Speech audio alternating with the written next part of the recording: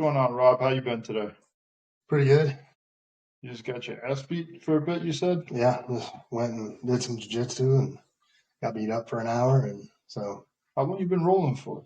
I started probably 15 years ago, but then we were working on building our business. So I had a big hiatus and just got back into it about a year ago. What brought So, you back into it? I love it. And it helps to helps to keep me relaxed and allows you to, because you can't worry or think about anything else while you're rolling. You got to pay attention to what you're doing. So, So actually talking to Jared, the guy I was telling you about that did the combat jiu-jitsu. And I was telling him that I was overheating, and he was telling me that it's kind of like, what kind of shame and fear are you having that you were actually just trying to overexert yourself? And it really blew my mind. And when I heard him say that, I didn't take it with malice. I actually took it with a lot of love. A person actually hearing what I'm saying instead of being like, because you hear shame as a man, it just kind of like pulls back. So yeah. yeah, it was kind of cool. But so why'd you get back into it again? Well, just, it's any martial arts and stuff, being physically active. It's uh, one big thing that's always helped my mental health. And I enjoy jujitsu and I used to do a lot more striking and have kind of progressed, not progressed, but moved more towards just jujitsu because it's one that I struggle with. So it helps me to keep my brain sharp too because I'm having to think a lot more. So I remember you did some boxing about 2 years ago for Battle of the Badges, and then you also did, like, if I remember correctly, you said that you trained when you were younger too. Yeah, I started Taekwondo when I was a kid, back in the 80s when it kind of blew up and did that and then got back into it after the military um, and then progressed and got into Muay Thai and Brazilian Jiu Jitsu and kind of really stuck with those because it's pretty well rounded. So, Yeah, because if I also remember correctly, you were into snowboarding when you were a kid too, and then you got back into snowboarding about a couple of years ago. well, I skied when I was a kid. Oh, my fault. Before, you got to remember I'm old. Before snowboarding was really a thing, and then I hurt my knee skiing in North Carolina, and I switched to snowboarding because it was easier on my knees. And yeah, and then got back into it since we moved up here. Resort's only an hour away, so makes it easy. I know, because I remember the first time I ever went skiing, I went with you and Rod, and Yeah, then, oh my God, it just, to me, it was kind of like that jujitsu moment. You have to be present, otherwise you're just gonna fall. Like have a garage sale, I just, yard sale, everything. you guys kept saying the word of the day is gravity. Yeah, but man, you picked it up so quick though, and just got ate up with it. So it was nice to see. So, Well, tell me a little bit about you. Where did you grow up? A little bit about your backstory, and before we jump into the Navy and you being a Greenside corpsman. yeah, grew up primarily in Oklahoma. Moved a lot as a kid. My dad was in construction, and we moved for different jobs and stuff. Lived in Texas for a while, but mostly Oklahoma. That's where I graduated from. Uh, Enlisted when I was 17. Did delayed entry. Knew that I wanted to go into the military, so signed up. Had my mom sign for me, and my dad and stepmom kind of they were pissed because I was supposed to go to med school and they didn't want me joining the military. But I knew that I needed to get my priorities right, and I was interested in the military. Knew that I wanted to do medical, but I also knew I wanted to go with the Marines. So joined the Navy to be a corpsman. How was it being a corpsman? Tell me a little bit about it. Oh man, I loved it. I mean, it's loved being Greenside, and it was just having my group and getting to do all the stuff that they did, plus, being able to take care of them when they needed it. And so, yeah. Yeah, like being a corpsman is like we used to call doc, and we were pretty much our vet to our when dogs have vets. We were pretty much our vet.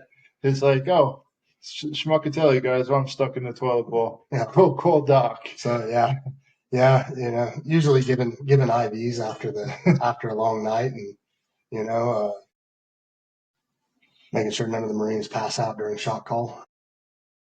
Yeah, there's plenty of stories you could probably go into because I know with my corpsman, it was just good dudes all around. But then when it came to field stuff, they were really, really serious. But Yeah. then when it came back to the garrison, they're like, I feel like I'm a babysitter.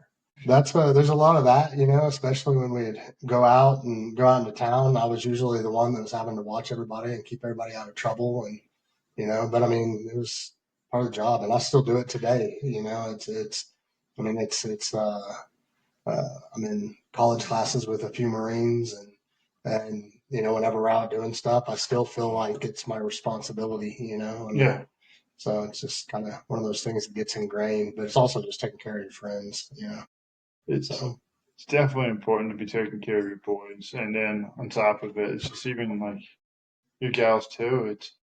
It's weird, like how the service puts this like ingrainment into you, and you don't even realize it does. Like the camaraderie always sticks out to me because I know you started for profit, and I want to hear more about why you got into that. But I know from our conversations, you have said that it was the getting out of the Navy was one of the hardest things and one of the more difficult things for you to come to terms with. yeah, and it's still a struggle, and I've been out since I got out in '99, and I was having some issues and was cutting, and I didn't put a lot of stuff under associate a lot of it until later, but it was we had actually gotten released, and I got called up to the XO for an NJP or a couple of other guys. But when I went up there, it was up, and I had some cuts on my arm. Got sent to mental health, and they sent me to group counseling, which I did not. Not a big group counseling. Everybody. And it works for some people, but to me, it was just everybody whining about stuff, and at that phase of my life, it was just like everything was sucking up, and I told the major that was counseling everybody. I was like, look, I was like, this isn't working for me. This is a waste of time. And I was like, I don't know if I need to go talk to somebody on my own or what. And he actually tried to shy me away from it, but I didn't really understand why at the time, because um, he knew what was going to end up happening if I had to go over to blue side and talk to somebody, because he was green side, and but I was young and didn't really understand the repercussions of that decision. It's that one little decision, um, and I got sent over to the Naval Hospital, and they did a TDY for me over to the Naval Hospital, and I was had to talk to a therapist there, and it was the first time. I'd seen therapists before, but it was the first time I'd actually really talked about anything. I went home after I visited with her. I went home on leave to pick up some gear. Came back. When I got back, my chief came up and said, they're processing you out," because they did it while I was gone. When I was gone back home on leave, and I didn't know. I went up to her office to try to ask a question, and she wouldn't even. She came out into the lobby to see me, and was just told there was nothing that I could do. Yeah, and it was like it was something that I was passionate about. I enjoyed doing. I didn't want to get out. I saw myself doing it long term, and then to be told that you're not good enough was a hard pill to swallow. And then it ended up being a misdiagnosis at that. So that that made it even harder to deal with. Being misdiagnosed, it's how quickly people put diagnoses on people and not actually really hearing them out. Like when I think about cutting or I think about substance abuse, I think about there's an underlying meaning behind it. Mm-hmm. And a lot of times we're looking for attention, but we don't know how to accept attention. Like how we actually be able to say, hey, this is a problem. Like, would you want to actually talk? But there's so much shame behind there where we don't want to talk. And I find it to be hard because like yourself, they had me go see a therapist. Like when I came back for my first time overseas, I was like, answer the questions honestly. And you're like, oh, you got PTSD. Yeah. And then they had me go see you were over at Foster, right? No, you're over I at was, Schwab. I was at Schwab. So we're in Okinawa at different times, obviously, but you got me by a couple of years. And I was over at Hanson. I would have to drive down to Leicester, overtake a bus, which is I had to go to Foster to Leicester. And they had me go see a therapist twice a week. And I thought it was just like I didn't know what I was doing. I didn't Yeah. know how to actually use therapy. I just felt like you have a black and white receipt and you don't know what the hell I've been through. Yeah. I don't know if you felt that at all. I think, well, and that's, that is one of the struggles, even combat to non-combat vets, but I think just an understanding and depending upon the therapist, whether you're feeling judged or not. And I think that's one of the big struggles, especially if you have issues with the therapist, like I did, and it's like, and for years, which I mean, it's 2025, and just within this last year, have I felt comfortable telling anybody anything because it's like when the one time that I really did was a life altering moment, and that was, so it's when people haven't experienced something, I think they tend to judge how somebody else responds to it, and it's that judgment is the issue, as opposed to just hearing and looking at it from this is just a perception. So it's how do we view that perception? Is there something we can change within that? It's because I know you talked about the misdiagnosis and then the perception of people. What they don't understand is like getting forced out of the military in general, of how much abandonment that feels. And you said that this happened almost 20 years ago, and it's been like it still eats at you Mm-hmm. about what the hell happened. It was 1999 and then it's 2025, so 26 years. And you probably can hear it from other people. You probably even have the voice in your head saying like, "Hey, I should just get over this." But people don't realize about how significant like showing up for your boys are. Yeah. How significant it is to be able to have served with people, or actually, it's not even really always the serving. It's about the protection, the need and love that you have for another person and taking care of. Because like 2001 kicked off less than 2 years after you got sent out. About 2 years after you got sent out, like I know how much that has eaten up away people where they're like, hey, I never had a chance to test my grit. I never had a chance to do anything. And how that actually messes with it. Yeah. Did you ever experience any of that? Oh, I mean, constantly. I was still in Jacksonville, in North Carolina, when the towers got hit.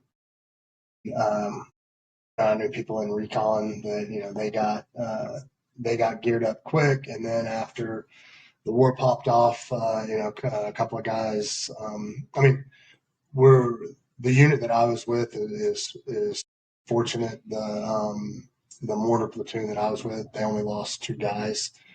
You know what I mean? And I know there's people that have lost a lot more than that. But even seeing that, I struggle from one, not getting to go do it and be there. But then also, it's like, okay, well, would I have been with those guys? Is there anything that I could have done to make their outcome different? Because I mean, that was my job. Yeah. And, and that's, I mean, and that's a day, I mean, I probably think about it at least once a day, so. It, it's easy to say so too, but it's I shared about I think I told you about this. My buddy Vlad, he was a 0311 infantry guy. And I remember watching like how he was part of it. He hung out with a lot of people, but then also on the same token, that he never had a chance to test his metal and how that would haunt him. And it was like I remember how even in my job, hearing about people that never had a chance to test their metal and how much that haunts them. And it was like, as a person, it's hard to say, hey man, like you should be glad, but then at the same time, it's like you should be glad about what? Not understanding, not knowing, not actually train, not doing the job that you just trained so much with. Yeah.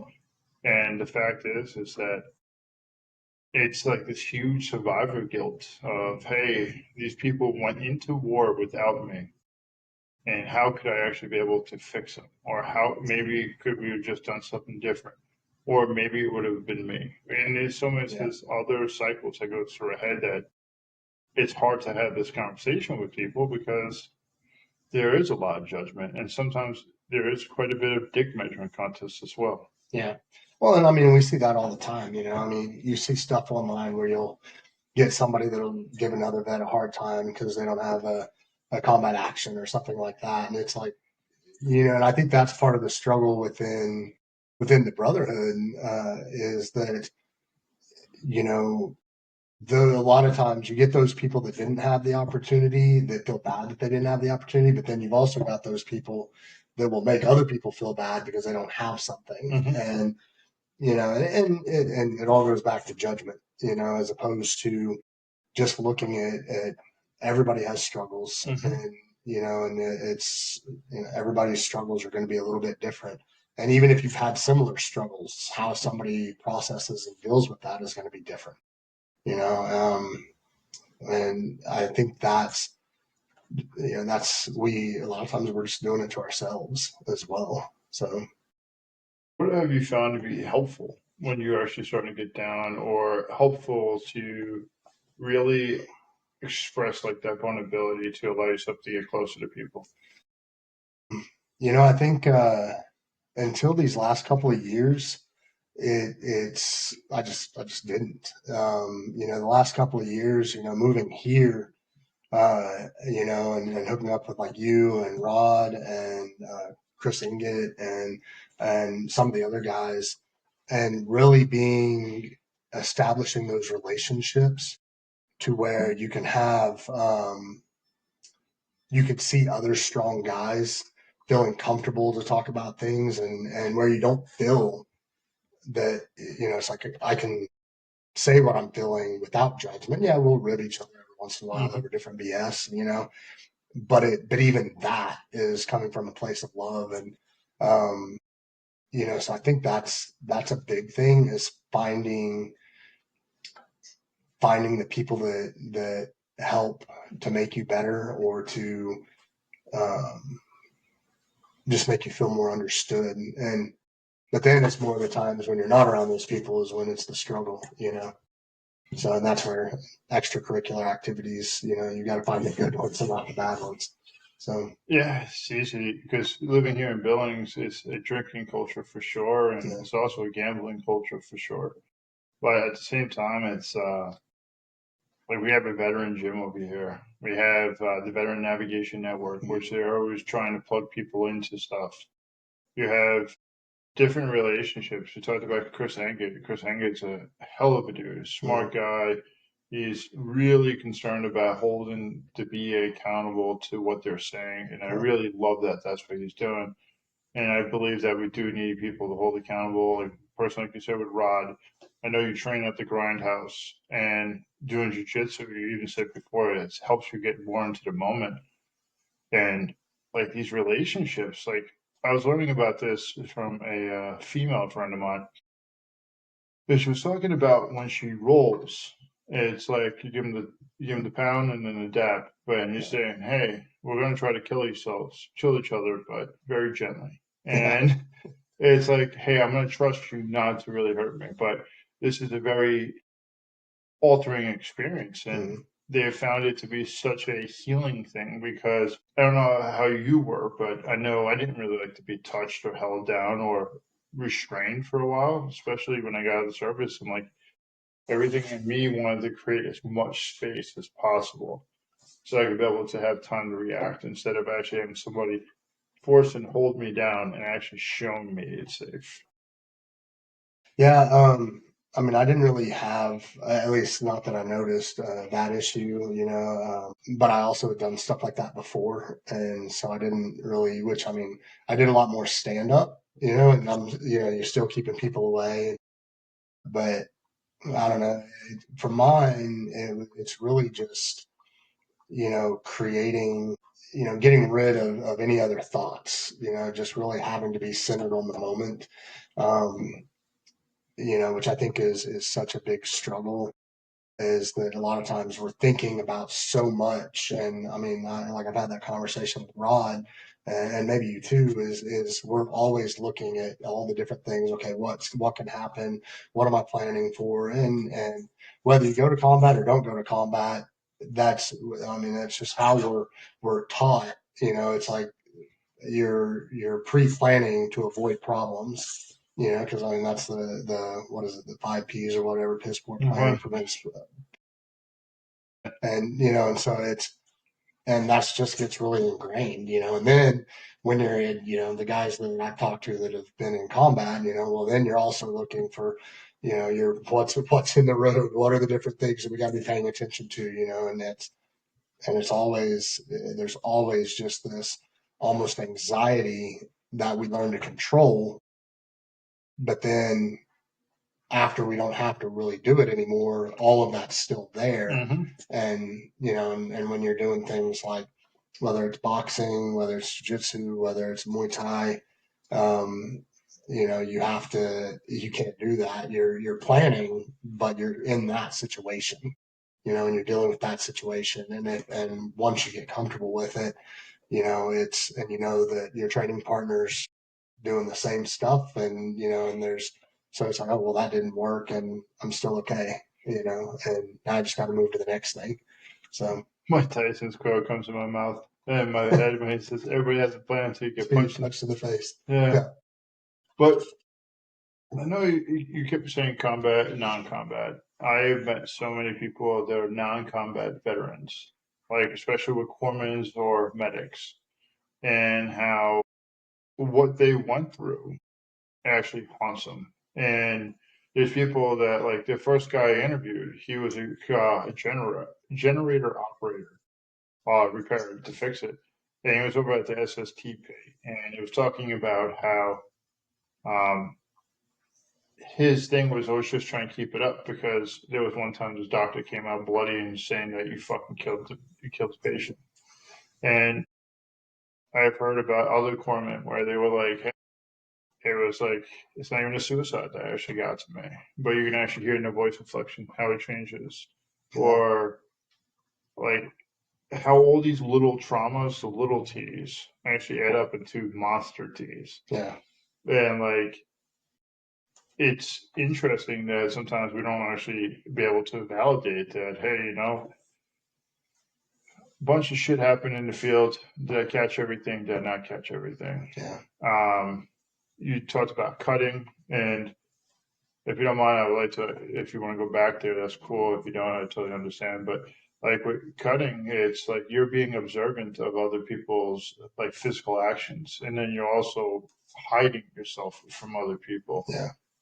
Like, did you come across or did you come to terms with what you were needing to get to kind of feel alive? Like, what was actually behind that?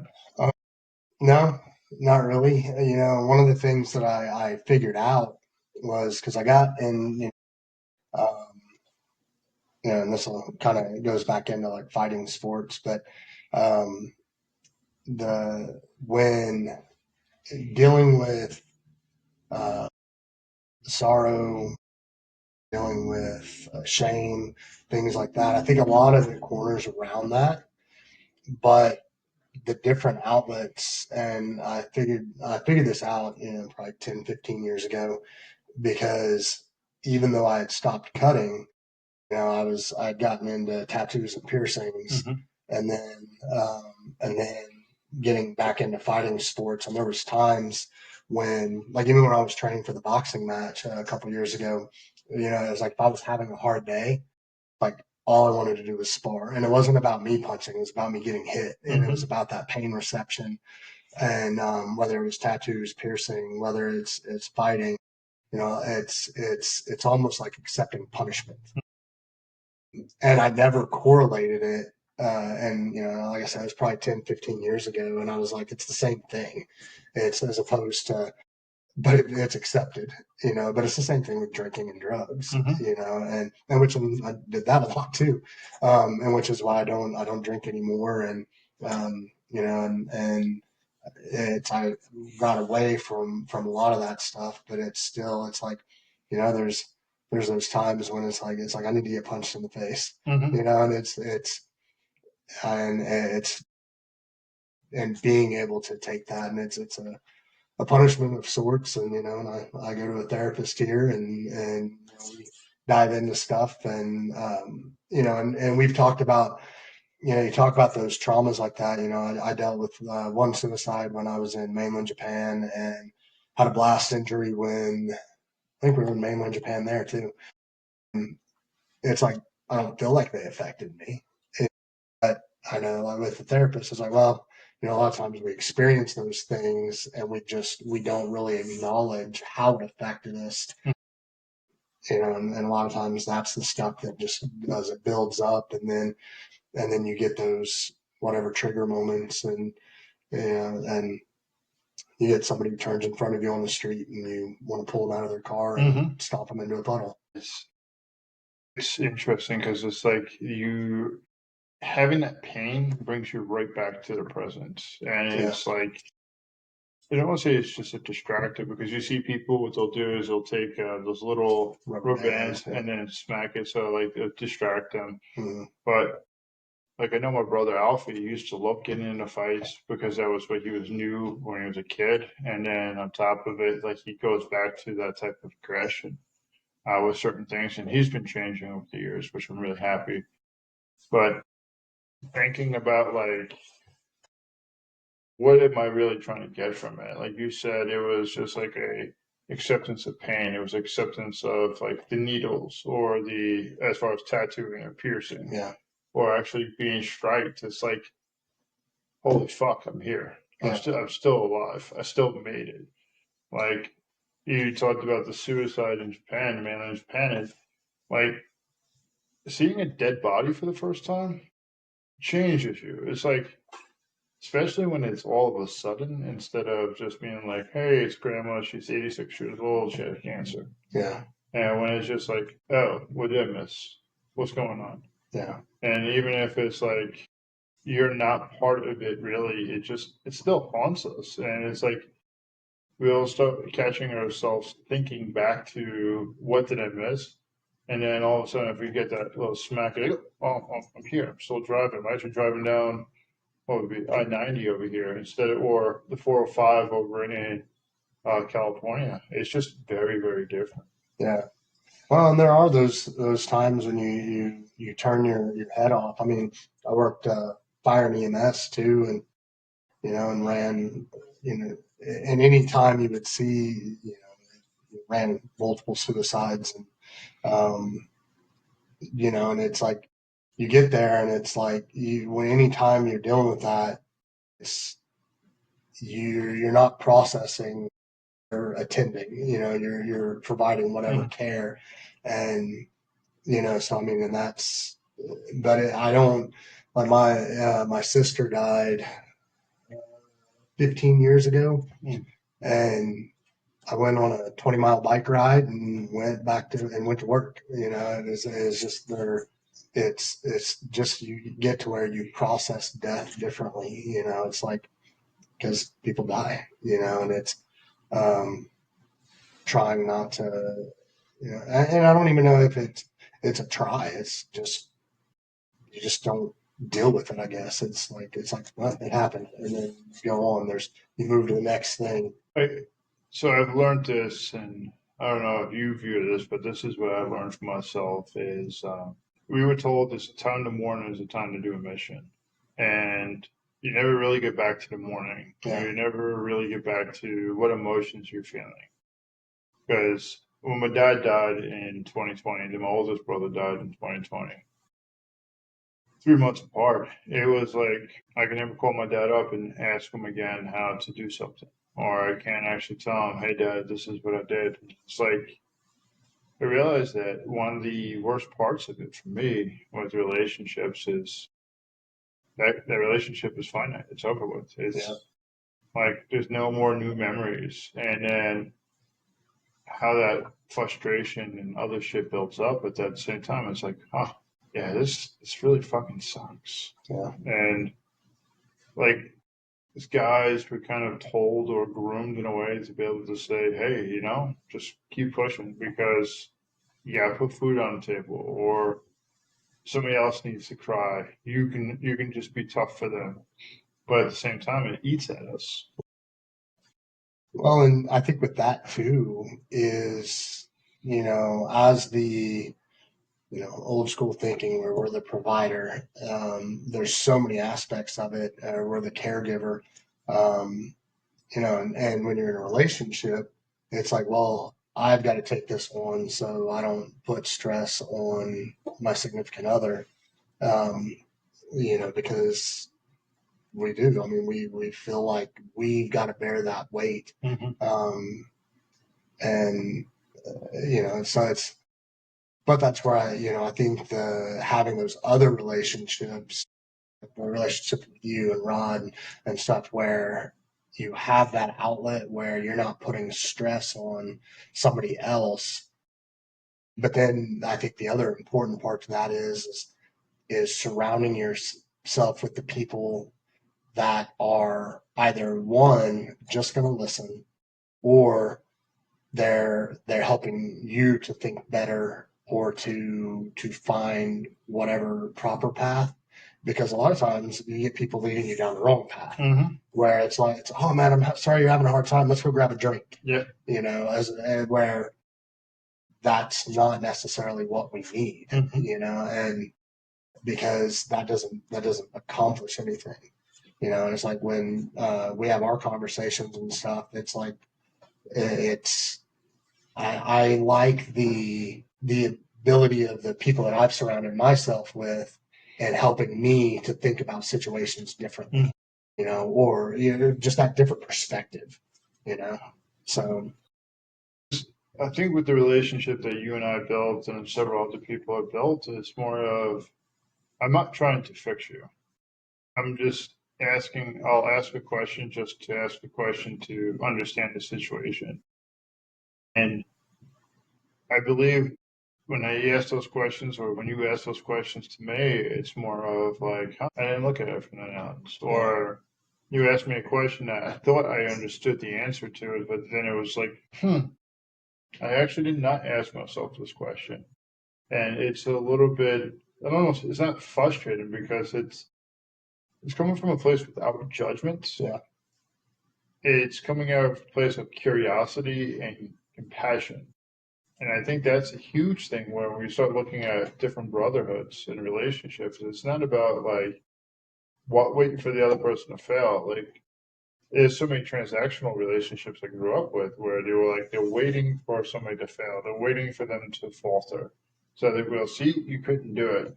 But then at the same time I remember I was cutting down 2 trees in my front yard and I said something to you guys and you're like, well, what time are we going to be over there? And I didn't ask for help. It was just like, I got your back. Let's actually fucking do this work. And I know that you're going to do this, but let's just do it together. And it didn't feel like it was, hey, I owe you something from it. It was like, we're building a relationship and hopefully when something happens with me, you don't show up and like you can be able to show up. And it's not like being too busy. It's just about caring. Yeah. And I feel like a lot of relationships, say post the Marine Corps for me for a while, it took me a while to not realize that they were not just transactional. And I was making a lot of relationships transactional and making them more infinite. So then you can be vulnerable with a person without realizing that, hey, it's like you don't have to go to a therapist to build these relationships yourself. Yeah. Well, and I think that's where it is important to, with who you surround yourself, and then you have to be able to identify that But same thing when you're in jiu-jitsu. It's if you're in a good training gym, and you don't have the ego in it, it's about everybody helping each other get better. And and it's just learning along the way, and the the military. I mean, I think that's a big thing in the military, and that's where a lot of the struggle is when people get out. Is that when you're in the military? I mean, it is everybody's taking care of each other, and then when you get out, everything does feel a lot more transactional, and it's what can this person do for me? And and we all do it, but it's a matter of developing those core relationships where it's not about that. It's just about being there for each other and helping each other get better. So And no, I fucking really do value that because, like, when we talked about different areas, like for instance, the suicide, like, hey, the person completed suicide. You got like 15 minutes just to talk. Hey, well, like, I had a guy. I don't work with him, but he's a veteran. Actually, he's not a veteran. He's on the service, and he sends me a message. Hey, Will, you busy? And usually when you get those type of messages, or no, do you have time today? Was actually what he wrote. And to me, when I usually hear, do you have time today, it means that somebody needs help and someone needs to be able to talk about something. And to me, it's kind of like understanding that we don't always know how to articulate, hey, I need help. And it's kind of actually looking at those lines as a pretty much being vulnerable. Like, me being vulnerable, going skiing for the first time, looking like a fucking ass clown, just coming down the hill, kept falling. But that's the only way that we learn how to grow. We learn how to grow when we start learning how to talk. Like, I know you do stuff with the young Marines, and I bet you're watching them like hawks and making sure that you're, if any kid's acting out, like, what's going on, what's missing. And you took some of your internal struggles or external struggles to be able to help out other people that you could see the similarities. I really wish more men and people would actually do that, where they would just show people that they cared, because it's such a lonely fucking world that we live in. Yeah.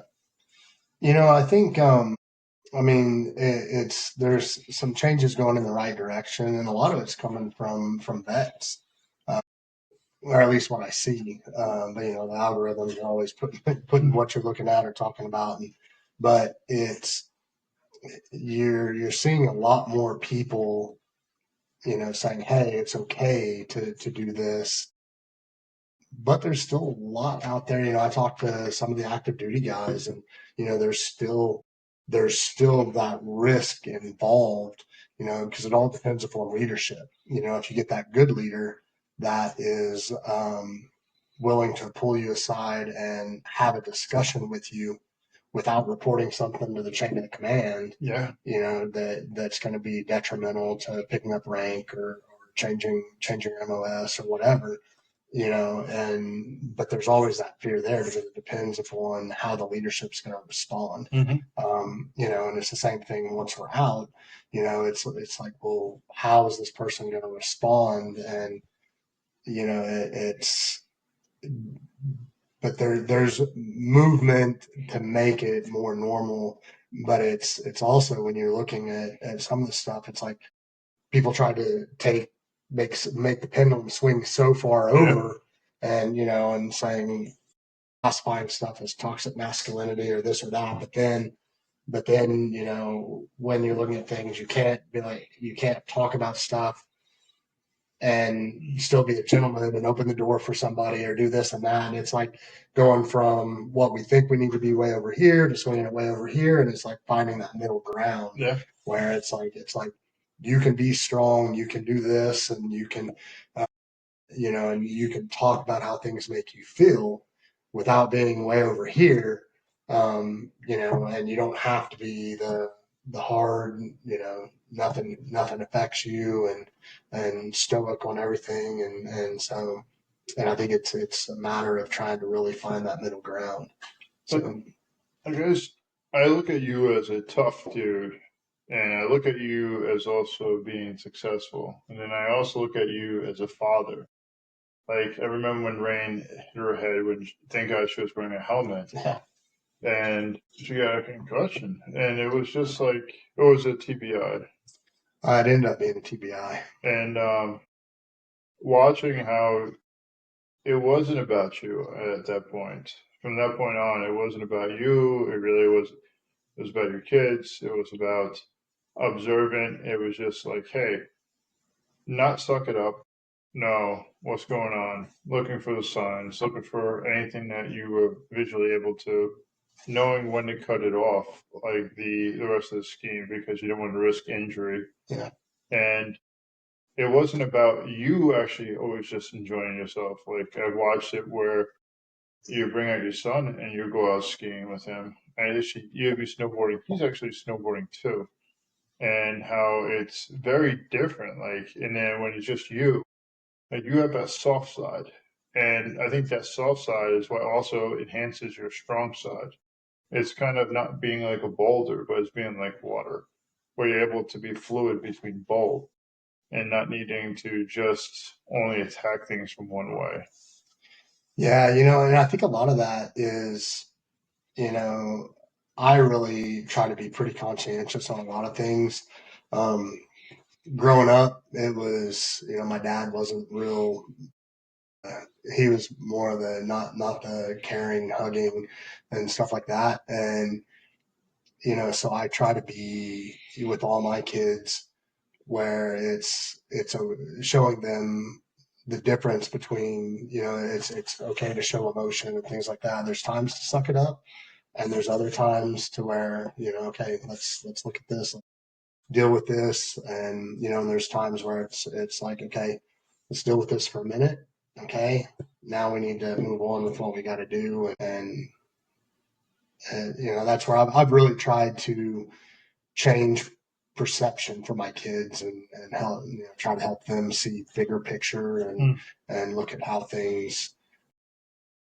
you can be you can be strong and still uh, act more the way we act now, and so that way they're not starting as far behind as some of us were, because it was and even with my daughter, I raised my daughter the same way, where it's trying to make her not be the like delicate little flower. It's like it's time they've got to have times to be tough as well, and so I'm not differentiating between my kids based on their gender. It's like they all need to know all the same type of stuff.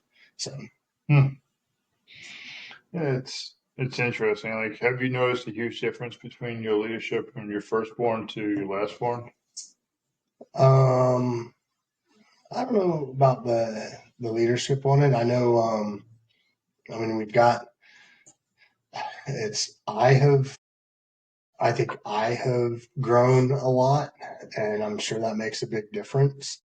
I know, when we moved here, we reevaluated priorities. Like you were talking about priorities earlier before we started, and um, we were real focused on building our business for a few years, and our family kind of got put on the back burner. And I think that created a lot of struggles. But once when we moved here, my wife and I had a discussion, and it was we were like, look, our business is a priority, but our family is our number one priority, and I've seen big shifts within our kids because of that. Where it's trying to be very present in their lives and helping them to to kind of to see more. Um, and, so yeah. Have you noticed going to therapy? Has that also changed a lot of your relationships? I think going to therapy is the big thing with me is changing the internal thinking, um, and helping me to slow down a little bit to evaluate the situation better. So I don't know if it's helped my relationships or not. I think it's a lot on more internal thinking. The reason I ask is I know now since I've been doing therapy, I don't really react the same way to stuff. I'm not trying to get out the discomforting conversation, discomforting emotions, because like at one point all emotions were discomforting to me.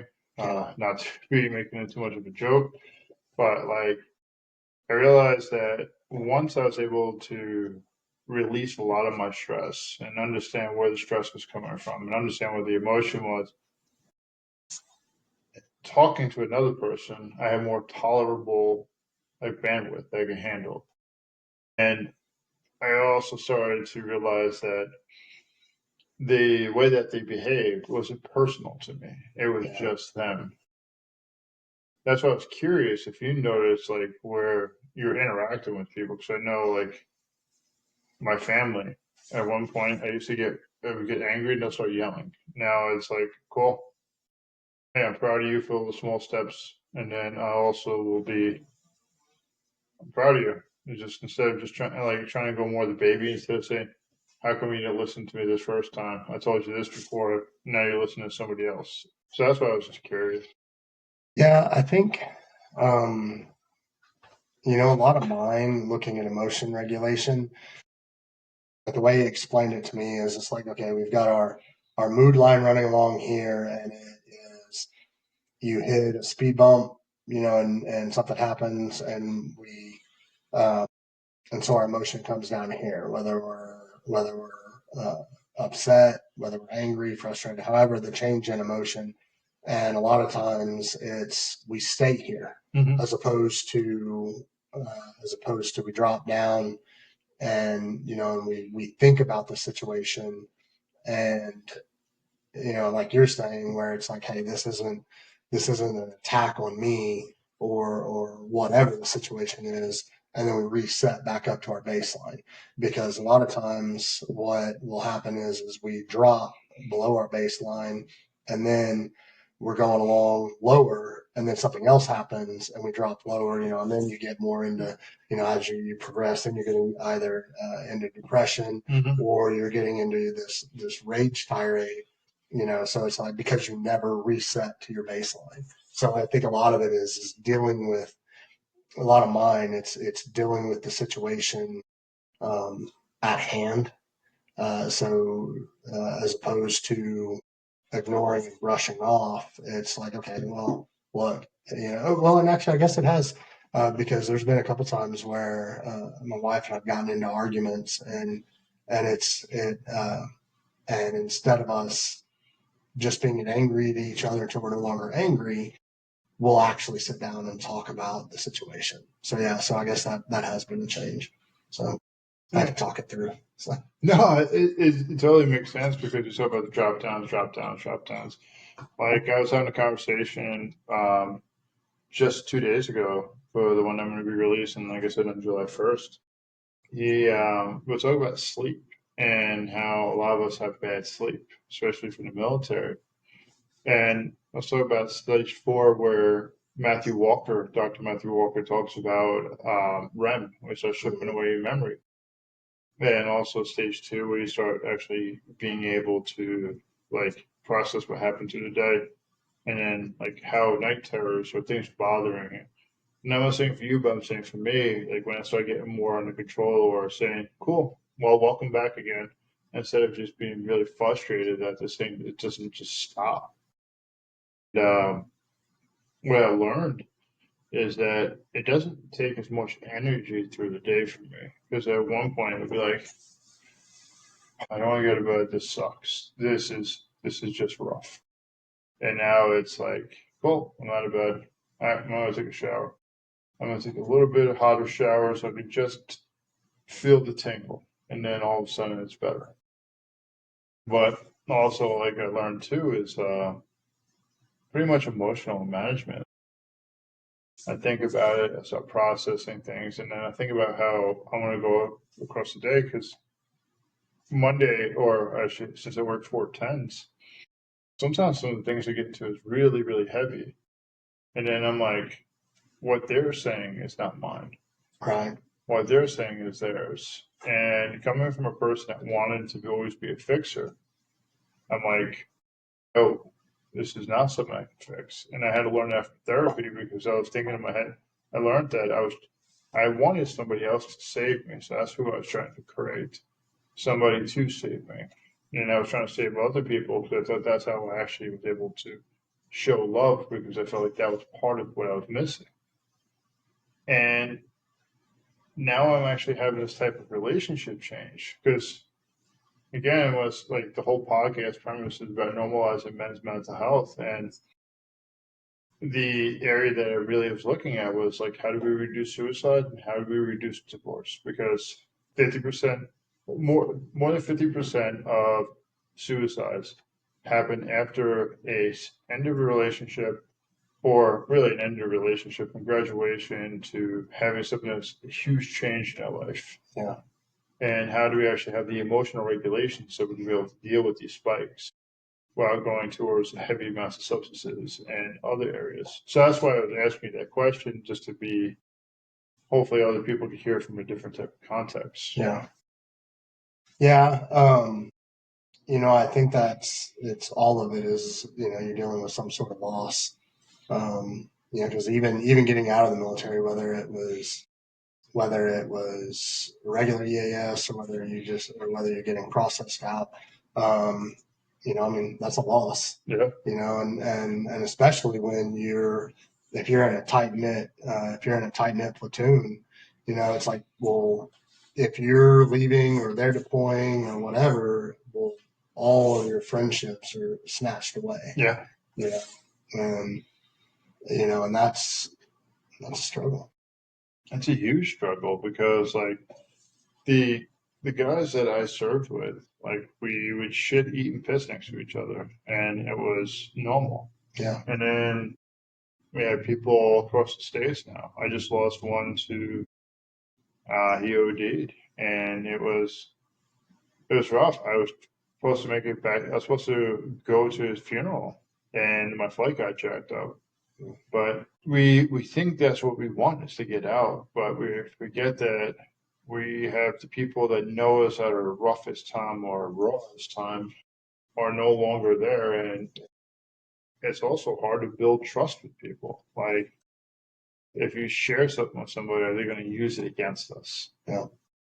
And then it's like fostering relationships, and then it's like, how do I build a relationship? Oh, I know how. I'll go to the bar because it's so easy, and we go get a little bit drunk, and then all of a sudden it's easy to talk. But then at the same time, it's just good time, Charlie. And did you really actually acquire a relationship, or you just had somebody to spill your woes with, but at the same time you didn't like categorize anyone? Well, and I think that's one of the struggles with a lot of the fraternal organization is that, and I've seen some of it firsthand where you go to these and then it's just everybody drinking and talking about the old days. But it's just rehashing all the same and there's no growth from any of it. And I think that's one of the things is you have to look is there a benefit to this, as opposed to like, we get together and we go snowboarding or skiing or we go mountain biking or we'll go for a ruck or whatever, and we'll have conversations and there's growth in that as opposed to just going and sitting at the bar and hashing out the old days, yeah, we'll talk about the old days too, but we work through stuff, and then you said something about, I think another big thing for me is, like you said, when you talk to somebody and it's like, oh, are they going to use this against me? I think that was like when I talked to Chris Inget early on and him telling me his story and all this stuff. And the more I talked to him, it was just like, you have to get to a spot where you're comfortable talking about stuff. And if they decide that they want to say something or try to use something against you, that's not a fear of yours because it doesn't matter, because it's getting to a place where it's like, how is it going to affect me? What's it matter? Um, and I think that's, which, and I'm fortunate. We own our own businesses and stuff. So it's like, it's not going to affect my job, so it's like, I don't have to worry about that, and getting to where you don't give a shit what somebody's opinion is of you, because if they look down on you because of some struggle you're having, well, they're not a friend anyways, you know? Yeah, you talked about actually really not living in the past, but living more in the future. Like we were discussing about when you're graduating from your bachelor's, Yeah. and I was talking about when I'm graduating from my bachelor's, and it's we keep adding boxes to our list instead of how many of us, or I'll tell you for a while, I was ambivalent about adding a box because I wasn't sure if I could be able to show up for it Yeah. and how depressing it was to stay stuck in that type of time period where not adding that box and saying, hey, you know what, I'm going to go a hike actually over in Banff and be able to say, cool, that's great. But then all of a sudden it's like, we're pretty much in survival mode. We're getting our accolades, Matt, from back in the past, but we haven't done anything for real serotonin. We Yeah. haven't suffered for a while because, like, if I were to go tell somebody I did something hard, I'll be like, oh, I ran a marathon. I've also rocked a marathon with a 45-pound pack.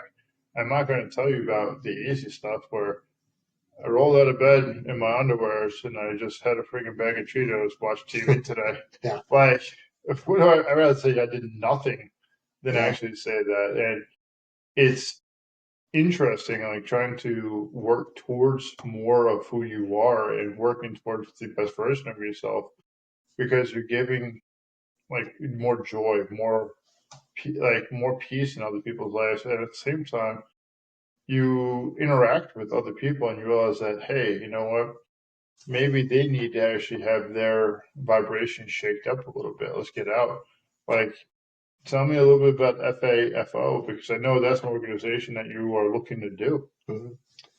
Yeah. So, the Forge Ahead, uh, it really kind of just came out of being around you guys, and looking at the, like we talked about, where not going to a bar and just hashing out old stuff.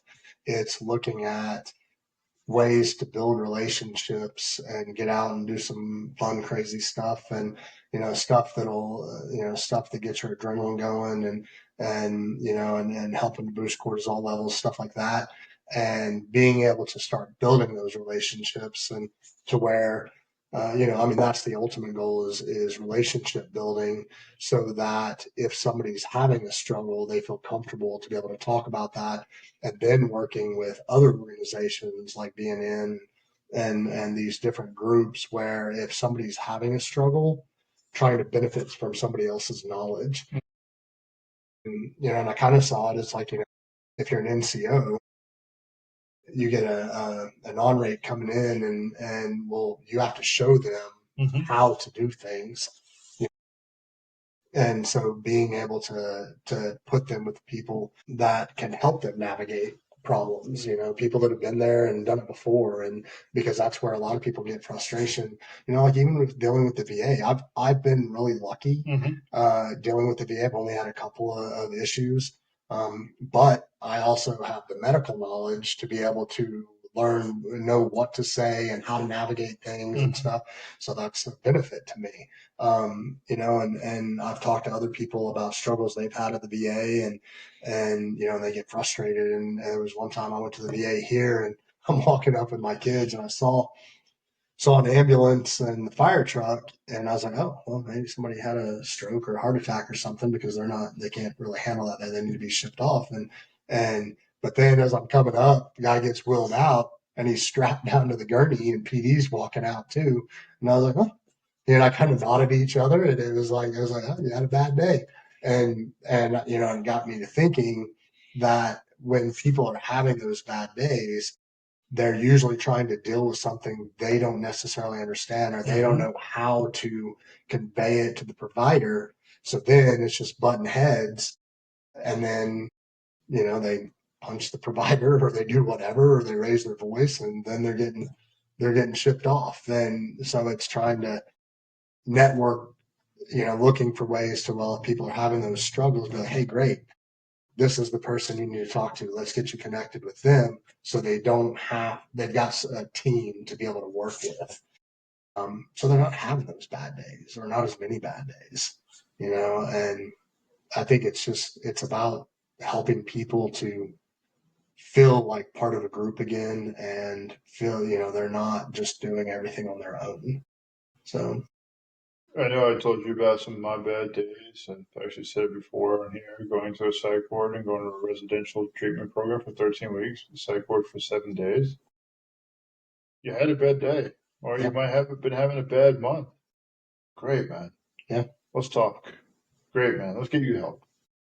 Like, we could talk about transitioning from the Marine or the military. We could talk about transitioning into the VA and getting help that way. You know what? A lot of times we don't really talk about is transitioning in mental health and also in our own health journey. Like how we have our own slip ups and then how we have shame of actually talking about stuff or we get stuck or we don't, we, at least when I thought healing was supposed to be linear. So I didn't want to tell my therapist in the beginning, like, oh shit, I'm slipping back hard. yeah, I don't want to tell them that I'm actually hurting right now because they put so much work into me. They invested into me. And now all of a sudden I'm just this piece of shit again. And thinking about guys and gals, because there's a lot of gals in the first responders, a lot of gals in the military that are overlooked. And there's a lot of really badass chicks. And it's just like a lot of us were suffering in silence where we don't just say, hey, you know what? We're doing great or we're hurting. But we can be doing both at the same time. School full time, work full time, and doing this. I'm exhausted. At the same time, I'm like, I'm really happy I can be able to do this. And it's just like knowing how to use outlets, how to talk to people so that I don't need to go to my therapist more than once a week or I see my therapist once a month now. And I'm blessed about that. But at the same time, is if I didn't know how to manage relationships, I would be going to him a lot more because I'd be like, hey, I'm not using people to vent to, or being able to use other skills of journaling or meditating or ice baths or whatever it is for you. And I believe it's really cool that you're getting into the space to be able to help out people as an NCO to a non-rank, the way you alluded to, by saying, hey, I got you, bud. We're gonna hit some shit sandwiches. That's great. Maybe this is gonna knock some stuff loose. That's outstanding. Let's actually look about how we can be able to get you the help that you need. yeah, And the more that you talk or the more that you're open, the healthier and more painful this is going to be. It's going to help you heal, but at the same time, you're going to start to actually gain a little bit more of your life back. And that whole trust comes into play. yeah. Well, and I think that's, being on the receiving side of it is that's where we have to get to where it's like we're not judged. So like that, even with when we on the board meeting, we did a vote about, okay, well, is it going to matter like what type of discharge somebody got as far as, because there's certain organizations out there. Oh, well, you have to have an honorable discharge, or you have to have, you have to be combat rated, things like that. And those are the people they help. And with our mission, really looking at preventing suicide, we voted where it doesn't matter what your discharge is. You just have to have proof of service, or we work with first responders as well. So, and because the thing is like I got an honorable, which I actually did have to fight for that. They were trying to give me a general, and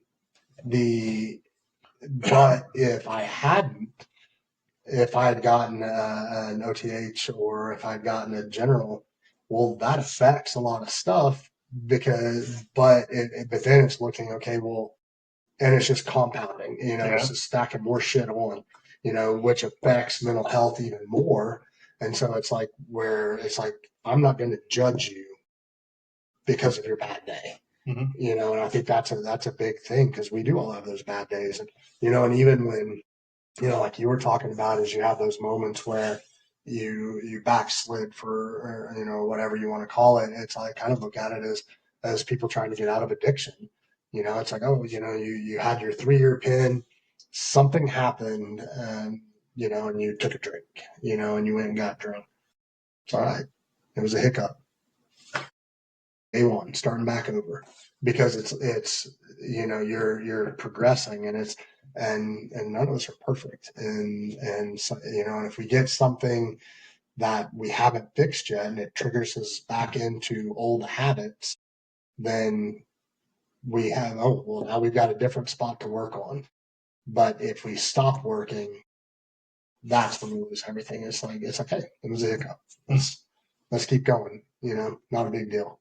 So that's like when I see, you see people on TikTok or on Reels or whatever, and if people talk about struggles, or and I try to, if people they post their like addiction, where they've got their coin, and it's like, dude, that's fucking awesome.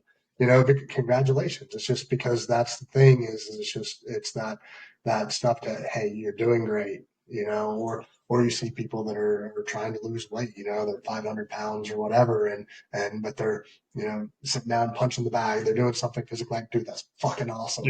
It's all those baby steps, and it's like, hey, if you slide back a little bit, all right, keep taking those baby steps, and because shit happens. Shit does happen. And like the baby steps are the huge things. Having people that are cheerleaders, allowing them to be in your corner, they know that they're not trying to take advantage of you. Huge thing. Like when you said, hey, 3-year pin, and then all of a sudden backslid, and you're at day one, it's like, what's different today that you have been doing than if you were 3 years sober? You just back to day one. It's just, you're just repeating the same cycle in the same way of saying, like, you know what? If you didn't drink, you'd still be doing the same thing. Yeah. And it's like, but I'm proud of you. I'm proud of you for admitting that this happened. I'm proud of you for actually showing up for yourself. I'm proud of you for actually not getting discouraged, because it's easy to get discouraged. Like, oh, so many people are relying on me, and like, you know this, I know this. It's like how many times relationships are pretty much on. The only reason that they were working is that one person is doing a job of being sober, or they're working on their mental health. And if they have a slip up, the partner is saying, hey, I'm leaving. I can't do this again. Mm-hmm. And the stipulation becomes so severe. And it's like, are they really being a partner? Or do they already have the car already loaded? They have the bags already packed? And are you holding on to like a dream at this point? Because like being in recovery, it's not fucking easy. Yeah. Because you're gonna have your highs, you're gonna have your lows, you're gonna go down, you're gonna go back up, but at the same time, it's like, I'm doing my best. Please understand, I'm doing my best. My best might be your worst day, but at the same time, just help me. Yeah. Well, and that's where, like I said, it's so important on who you surround yourself with. Yeah. Because that way I'm extremely fortunate with my wife, because we've had a lot of rough times, but she's always stood on solid ground, and we always move forward on everything. And so, um, and I think that's important. And then the other people you surround yourself with, that way, if you have a struggle or you're dealing with something, they're there to help push you up. Yeah. Or pull you up, however you want to look at it, because it's just about trying to do better day by day. Yeah. So, what did you want to accomplish by coming on the podcast and sharing your story? And the last part to it is, what is something that you wish you knew when you started this journey? I think, coming on the podcast, I think, the big thing is one, just respect in what you're doing. And I think that, where we had talked before is like where our nonprofit and the, other nonprofits are about, helping people that can get to you. But things with like the podcast, a lot of times is helping people that can't get to you because they're not there yet. and just really trying to, just being a voice to where, hey, look, I mean, stuff happens, and finding your right group of people to be able to get yourself better. Putting that one step out the door is important, and just being able to, one, get to where you don't care about people judging you, and two is understanding that um, your struggles are okay, and that you can speak about them to get better. And I think the last part of the question on what do I wish that I had known was that I don't have to do it all on my own. Because I think that's probably the biggest thing, that the way I was raised, and and even within the military, is I've got to take care of it. I have to do it. Yeah. And so getting out of that mind frame, I wish that I had gotten that earlier. So, which, I mean, like, goes back to the relationships. I just wish that, and that's a big thing I think for everybody, is you don't have to do it.